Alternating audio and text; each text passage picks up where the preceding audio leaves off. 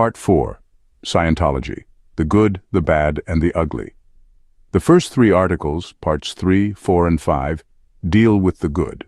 Parts 6 and 7 will be the bad and ugly.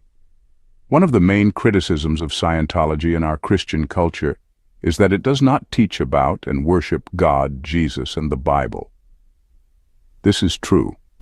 Scientology is not a religion in that it does not have a dogma or doctrine that asks you to believe in any particular way. At least not at the time I studied it. Most of the people I knew were uncomfortable calling Scientology a church or a religion.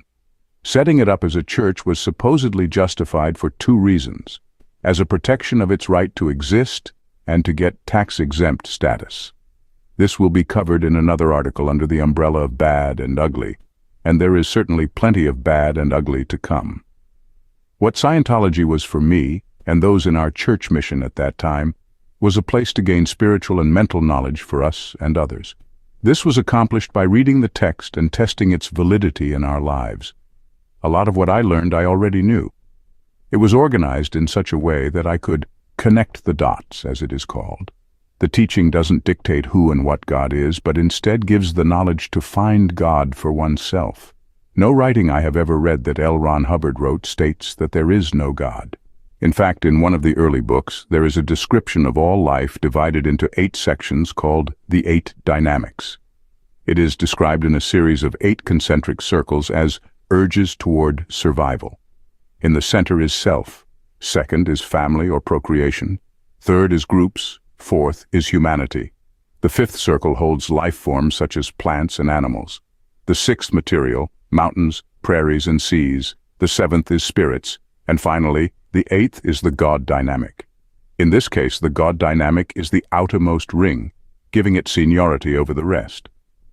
Much is written about these life dynamics and the importance of each in relationship to the others and the balance between them. For example, it is explained how being stuck on one dynamic can be harmful, or how it is only necessary to concentrate on one exclusively to restore balance. These are examples of the many practical nuggets I learned from Hubbard's basic books. The book I read that put me on the track to finding God for myself was Hubbard's book titled The Phoenix Lectures. This book was a transcript of a lecture he gave in Phoenix, Arizona that was printed in book form. The book has since been taken off the market, possibly banned. See my upcoming Bad and Ugly articles. The relevant text was in the form of a set of axioms. I would love to add them to this article, but copyright laws forbid it. And finally, from the secular point of view, Scientology is considered a cult because it deals with gaining knowledge of spiritual life instead of material life only.